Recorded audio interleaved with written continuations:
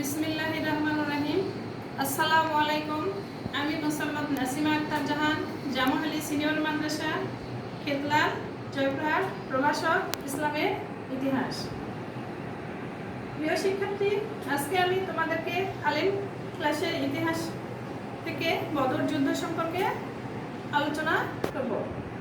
আজকে তাহলে আলোচ্য বিষয় কি? বদর যুদ্ধ। প্রিয় শিক্ষার্থী, বদর যুদ্ধের পটভূমি মদিনা থেকে প্রায় 80 মাইল দক্ষিণ পশ্চিমে বদর উপত্যকা তালে অবস্থিত। এখানে পানির প্রাচুর্য অত্যধিক থাকায় এই স্থানটির গুরুত্ব সর্বাধিক। এই যুদ্ধ সংগঠিত হয় 624 খ্রিস্টাব্দে দ্বিতীয় হিজরি 17 রমজান রোজ শুক্রবার। মক্কার কুরাইশদের সঙ্গে মদিনাবাসীদের এই যুদ্ধ হয়।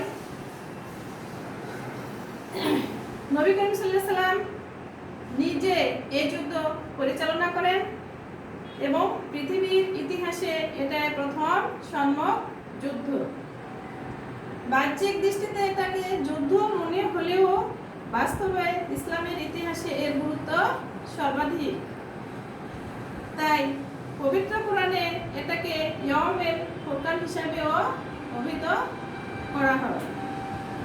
ঐতিহাসিক বিজ্ঞানীটি তার আরব জাতির ইতিহাস গ্রন্থে এই বিজয়কে মহা বিজয় বলে আখ্যায়িত করেন।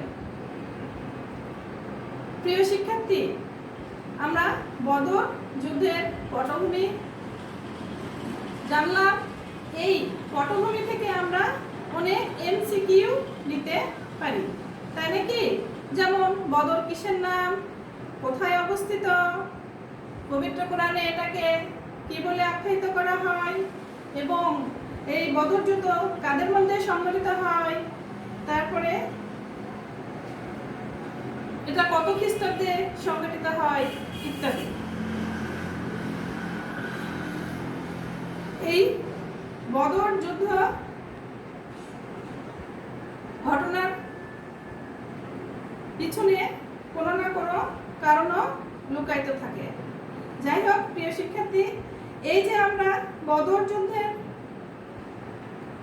পটভূমি থেকে বেশ কিছু এমসিকিউ জানলাম, এগুলোই কিন্তু আজকে পাঠের শিক্ষণফল। প্রিয় শিক্ষার্থী, কোনো না কোনো ঘটনার পিছনে কিছু না কিছু কারণ লুকায়িত থাকে। আমরা বদর যুদ্ধেও এরকম বেশ কিছু কারণ লক্ষ্য করি। যেমন 1 নম্বর কারণ হলো কুরাইশদের গাত্র কুরাইশদের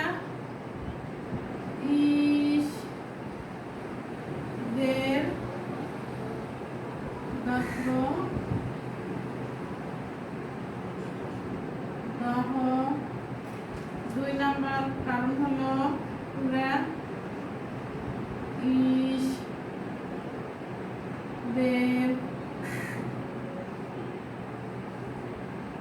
ক্রোধ। 3 নম্বর আব্দুল্লাহ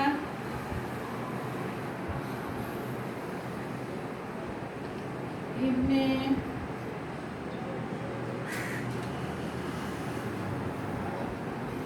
উবাইয়ের গোয়েন্দাগিরি।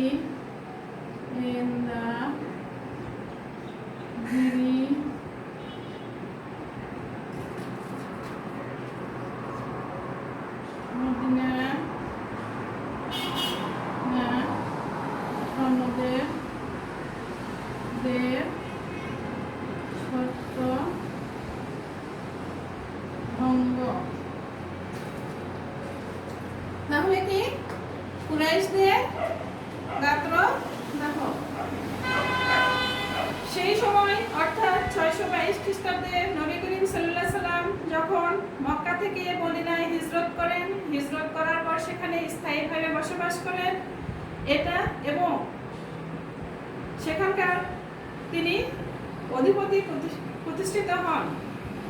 তার ক্রমবর্ধমান শক্তি বৃদ্ধি পায়, ইসলামের প্রচার এবং প্রসার ঘটে, এটা মক্কার কুরাইশ কোনোভাবেই সহ্য করতে পারে না। তাই তিনি মনে হচ্ছিল যে তাদের গায়ে আগুন লাগিয়ে দেওয়া হচ্ছে বা আগুন জ্বালিয়ে দেওয়া হচ্ছে। তাই মদিনাবাসীদেরকে এবং নবী করিম সাল্লাল্লাহু আলাইহি সাল্লামকে মদিনা থেকে অপসারণের বা উৎখাতের চেষ্টায় তারা সবসময় লিপ্ত থাকে। কুরাইশরা সবসময় লিপ্ত থাকে।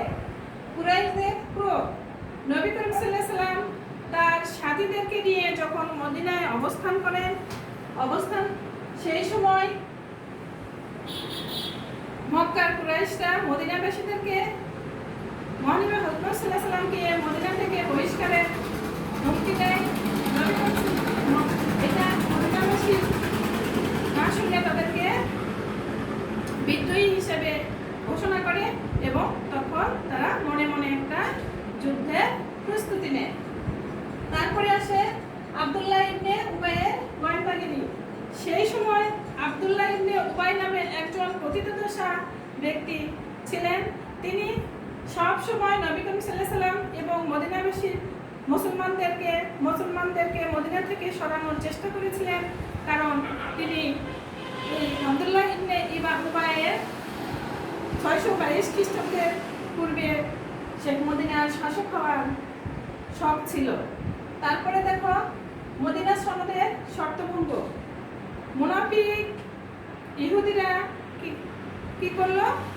মদিনা সনদের শর্ত ভঙ্গ করে কুরাইশদের সঙ্গে হাত মিলে তাদের যুদ্ধের জন্য প্রস্তুতি নেয় এবং নবী করিম সাল্লাল্লাহু আলাইহি সাল্লামের মহানুভবতা এবং সরলতায় এই সুযোগ তারা নিয়ে মহানবী মুহাম্মদ সাল্লাল্লাহু আলাইহি সাল্লামকে মদিনা থেকে অপসারণের চেষ্টা করে। তারপরে আসো আল্লাহর মহাপরিকল্পনা।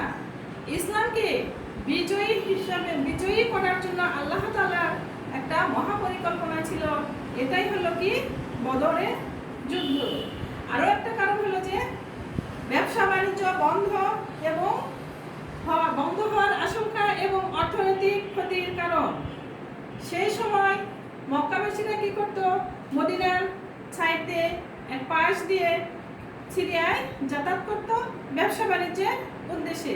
তখন তারা ভাবলো যে যদি সেখানে ইসলাম স্থায়ীভাবে প্রতিষ্ঠা লাভ করে এবং নবী করিম সাল্লাল্লাহু আলাইহি সাল্লাম সেখানে যদি কি হয়, তার শক্তি, নবী করিম সাল্লাল্লাহু আলাইহি সাল্লামের শক্তি যদি বৃদ্ধি পায়, তাহলে হয়তোবা তারা আর নির্বিঘ্নে সিরিয়ায় ব্যবসা বাণিজ্য যেতে পারবে না, তাদের অর্থনৈতিক ক্ষতি হতে পারে। তাই তারা একটা যুদ্ধের চিন্তা ভাবনা করে। কুরাইশদের হুমকি। এই কুরাইশরা কি করলো? মদিনাবাসীদেরকে একটা হুমকি দিল যে এর আগে নবী করিম সাল্লাল্লাহু আলাইহি সাল্লাম মদিনা যাওয়ার আগে তাদের সঙ্গে, অর্থাৎ কুরাইশদের সঙ্গে, মক্কার কুরাইশদের সঙ্গে মদিনাবাসীদের একটা ভালো সম্পর্ক ছিল। তারপরে মদিনায় নবী করিম সাল্লাল্লাহু আলাইহি সাল্লাম অবস্থান করার ফলে তাদের সেই সম্পর্ক নষ্ট হয়ে যায়। তাই তারা যুদ্ধের একটা হুমকি দেয়। আরেকটা কুরাইশদের দস্যুবৃত্তি। বদর যুদ্ধের গুরুত্বপূর্ণ একটা কারণ হলো যে দস্যুবৃত্তি। মদিনার সীমান্তের পার্শ্ববর্তী এলাকায় যে সমস্ত আরব গোত্রগুলি বসবাস করত, তারা কি করলো? কুরাইশদের সঙ্গে হাত মিলায়ে ব্যবসা বাণিজ্যের উদ্দেশ্যে সিরিয়ায় যাবার সময় মুসলমানদের অর্থাৎ মদিনাবাসীদের ফলবান বৃক্ষ নষ্ট করে, উট ছাগল অপহরণ করে এবং শস্যক্ষেত্র জ্বালায় দেয়। এসব বন্ধ করার জন্য নবী করিম সাল্লাল্লাহু আলাইহি সাল্লাম একটা প্রতিরক্ষামূলক বাহিনী গঠন করে। পরবর্তীতে এটাই একটা বদর যুদ্ধের কারণ হয়ে দাঁড়ায়। আরেকটা কারণ আমরা লক্ষ্য করতে পারি, সেটা নাখলা খন্ড যুদ্ধ। বদর যুদ্ধের প্রত্যক্ষ কারণই হচ্ছে নাখলার খন্ড যুদ্ধ। সেই সময় নবী করিম সাল্লাল্লাহু আলাইহি সাল্লাম কি করলেন? যে এই প্রবন্ধের জন্য আবু জাহাজের নেতৃত্বে একটা দল দক্ষিণ আরবের দিকে প্রেরণ করে এবং তিনি যাবার সময় তার হাতে একটা মোহরকৃত নির্দেশপত্র দিয়ে দেন এবং সেখানে বলা হয় যে 3 দিন পর এই পত্রটা খুলতে। আবু জাহাজ কি করলেন? 3 দিন পর সেই পত্রটা খুললেন, উন্মোচন করলেন, করে সেখানে লেখা আছে যে যারা তোমাদের সঙ্গে যুদ্ধ মক্কার কাফেলার জন্য অপেক্ষা করো। তখন আবু জাহাজ দেখতে পেলেন সেখানে একটা কাফেলা। তিনি নবী করিম সাল্লাল্লাহু আলাইহি ওয়াসাল্লাম কিন্তু তাকে আক্রমণ করতে পারেনি, ভুলবশত তিনি সেই কাফেলাকে আক্রমণ করে। সেখানে একটা খণ্ড যুদ্ধ সংঘটিত হয় এবং এটাই ইসলামের ইতিহাসে নাখলার খণ্ড যুদ্ধ নামে পরিচিত। তারপরে আমরা আরো একটা কারণ দেখতে পাই, আবু সুফিয়ানের অপপ্রচার। সেই সময় আবু সুফিয়ান নামে একজন কাফের নেতা, ইসলামের জন্য খুবই ক্ষতিকারক একজন নেতা ছিল এবং সে কি করত? ব্যবসা বাণিজ্য করার জন্য সবসময় সিরিয়ায় যাতায়াত করত এবং তার ব্যবসা বাণিজ্যের আবরণে কি ছিল? অস্ত্রশস্ত্র সংগ্রহ করা। এবং সে কাফেলায় তখনও 50,000 দিনার ধনরত্ন ছিল। নাখলার খণ্ডযুদ্ধে কুরাইশদের এই কাফেলা সেখানে বিপর্যস্ত হয়, না পারে তারা সিরিয়ায় যেতে, না পারে তারা মক্কায় ফিরে আসতে। তখন এই আবু সুফিয়ান একটা মিথ্যা গুজব ছড়ায় যে মদিনাবাসী তাদেরকে আক্রমণ করেছে। এই গুজবের সত্যতা যাচাই না করে তখন আবু জেহেল 1000 সৈন্য নিয়ে আবু সুফিয়ানের সাহায্যে এগিয়ে যায়। এটাও একটা বদর যুদ্ধের কারণ। প্রিয় শিক্ষার্থী, আমরা এতক্ষণ বদর যুদ্ধের কারণ সম্পর্কে আলোচনা করলাম। তোমরা খেয়াল করবে যে এই বদর যুদ্ধের কারণ থেকে আমরা সৃজনশীল প্রশ্নের অনুধাবনমূলক প্রশ্ন পেতে পারি। সেখানে হয়তোবা বলা হয় যে বদর উদ্দীপক একটা দেওয়া থাকে, সেই উদ্দীপকের আলোকে বলা হয় যে বদর যুদ্ধের যে কোনো 2টি কারণ উল্লেখ করো। তাহলে আমরা তোমাদের মনোমতো যে কোনো 2টি কারণ উল্লেখ করবে, তবে সেই কারণের মধ্যে অবশ্যই যেন নাখলার খণ্ড যুদ্ধটা থাকে, কারণ বদর যুদ্ধের প্রত্যক্ষ কারণই হচ্ছে নাখলার খণ্ড যুদ্ধ। আরেকটা তোমরা ইচ্ছা মতোই দিতে পারো। আর যদি বলা হয় যে নাম উল্লেখ করে কোনো কারণ আসে, তাহলে তোমরা সেটা অবশ্যই তো লিখবে, কারণ 2 মার্কে উত্তর দিতে হলে আমরা সর্বোচ্চ 2টা কারণই আমরা লিখব। আর যদি সময় পাও 2-1টা কারণও দিতে পারো। তবে খেয়াল করবে যেটা চাইবে ঠিক সেই রকম ভাবেই তোমরা উত্তর দিবে। যাই হোক, আমরা কারণ দেখলাম, এখন আমরা আসবো, এটাও কিন্তু আমাদের একটা শিক্ষণফল। যতটুকু আলোচনা করলাম এটাও আমরা একটা শিক্ষণফল পেয়ে গেলাম। এরপর দেখব ঘটনা হলো যে মদিনা আক্রমণের জন্য কাফেররা অর্থাৎ মক্কার কুরাইশরা প্রস্তুতি নিচ্ছে। এটা নবী করিম সাল্লাল্লাহু আলাইহি ওয়াসাল্লাম জানতে পারলেন এবং তিনি খুবই চিন্তিত হয়ে পড়লেন। এমন সময় আল্লাহর নির্দেশ হলো যে তোমরা যুদ্ধ করো যারা তোমাদের সঙ্গে যুদ্ধ করতে চায়। তবে তোমরা খেয়াল করবে যে সীমা লঙ্ঘন করবে না, কারণ আল্লাহ তাআলা সীমা লঙ্ঘনকারীদেরকে কি করেন না? পছন্দ করেন না। এই মর্মে নবী করিম সাল্লাল্লাহু আলাইহি ওয়াসাল্লাম কি করলেন? 231 জন আনসার এবং 82 জন মুহাজির নিয়ে 624 খ্রিস্টাব্দে 2য় হিজরি 17ই রমজান রোজ শুক্রবার তিনি মদিনা থেকে প্রায় 80 মাইল দক্ষিণ পশ্চিমে বদর উপত্যকায় গিয়ে শিবির স্থাপন করেন।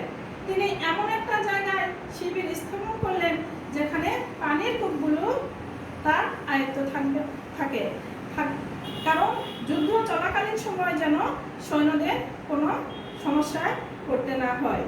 এছাড়াও আর ওয়াকিদি বলেছেন তিনি এমন এক জায়গায় শিবির স্থাপন করলেন সূর্য উদয়ের পরও সৈন্যদের চোখে কখনো সূর্য কিরণ পড়বে না, যুদ্ধে চালিয়ে যাওয়ার কোনো সমস্যা হবে না।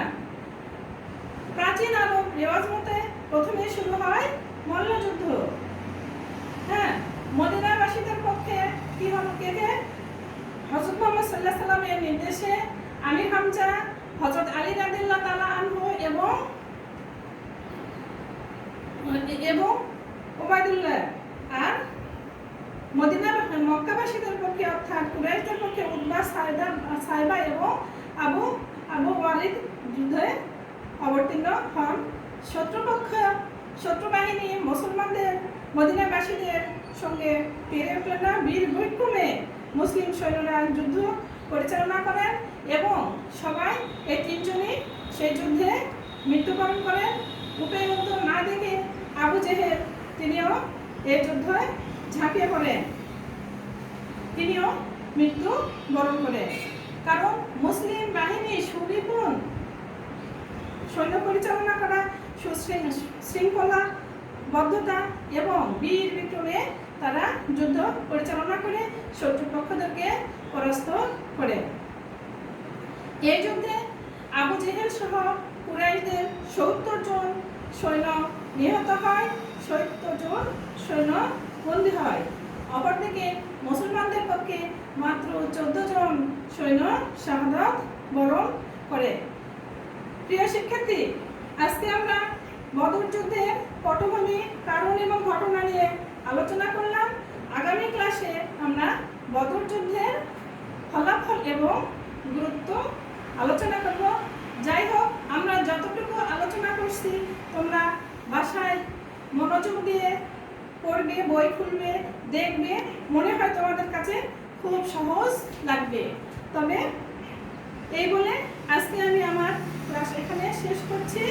আগামী ক্লাসে হয়তো বললাম যে বদর যুদ্ধের ফলাফল এবং গুরুত্ব নিয়ে আলোচনা করব। তোমরা ভালো থাকবে, সুস্থ থাকবে, স্বাস্থ্যবিধি মেনে চলবে। আল্লাহ হাফেজ।